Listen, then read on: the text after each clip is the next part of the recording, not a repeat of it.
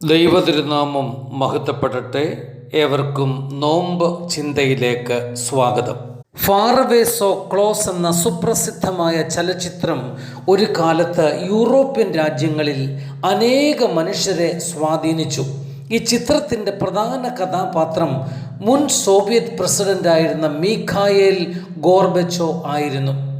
Vim vendors സംവിധാനം ചെയ്ത ഈ ചിത്രം ഹോളിവുഡ് ചലച്ചിത്രമായി പിൽക്കാലത്ത് രൂപപ്പെട്ടു.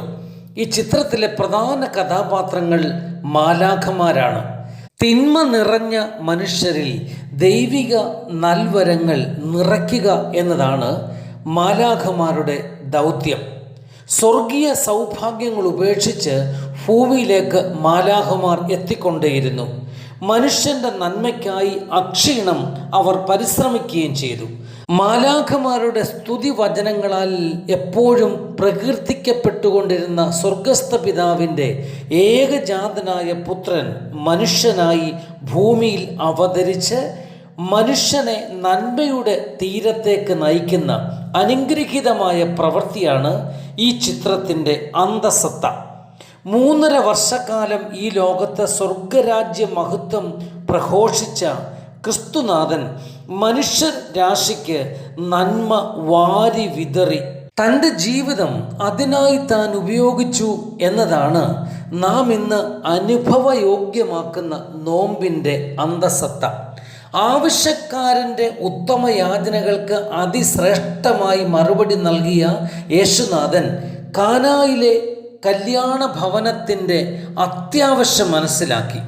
അവിടെ നിലനിന്നിരുന്ന കുറവിനെ പരിഹരിച്ച് വെള്ളം വീഞ്ഞാക്കി മാറ്റി.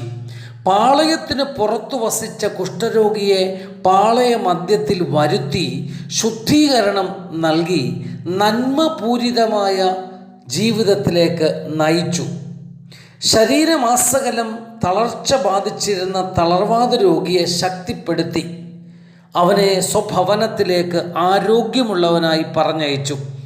തൻ്റെ അരികിൽ അപേക്ഷയുമായി വന്ന കനാന്യ സ്ത്രീയുടെ അപേക്ഷ പരിഗണിച്ച് മകൾക്ക് സൗഖ്യം നൽകി. പ്രിയ സഹോദരങ്ങളെ, നാം ഓർത്തിരിക്കണം, നോമ്പിലെ ഓരോ ദിവസങ്ങളിലെയും ധ്യാന വിഷയങ്ങൾ സകലതും നന്മയുടെ പരിമളം വിതറുന്ന മുത്തുച്ചിപ്പികളായി നമ്മുടെ പിതാക്കന്മാർ നമുക്ക് രൂപപ്പെടുത്തി തന്നിട്ടുണ്ട്. നന്മ വിതച്ച് നന്മ കൊയ്യുവാൻ ഈ നോമ്പ് നമ്മെ സഹായിക്കട്ടെ. തിന്മ മുൻപിൽ നിൽക്കുമ്പോൾ അതിനെ എതിരിടാൻ നന്മയുടെ ആയുധം നമുക്ക് ഈ നോമ്പിൽ ധരിക്കാം. നോമ്പിൻ്റെ അതിനായകനായ ക്രിസ്തു ആ വലിയ സത്യത്തിലേക്കാണ് നമ്മെ എത്തിച്ചിരിക്കുന്നത്. ആ സത്യത്തിൽ ആശ്രയിച്ച് ഈ നോമ്പ് ധന്യപൂരിതമാക്കാൻ സർവശക്തൻ നമ്മെ സഹായിക്കട്ടെ. ഏവർക്കും നന്മ നിറഞ്ഞ ഒരു ദിനം ആശംസിക്കുന്നു. നന്ദി.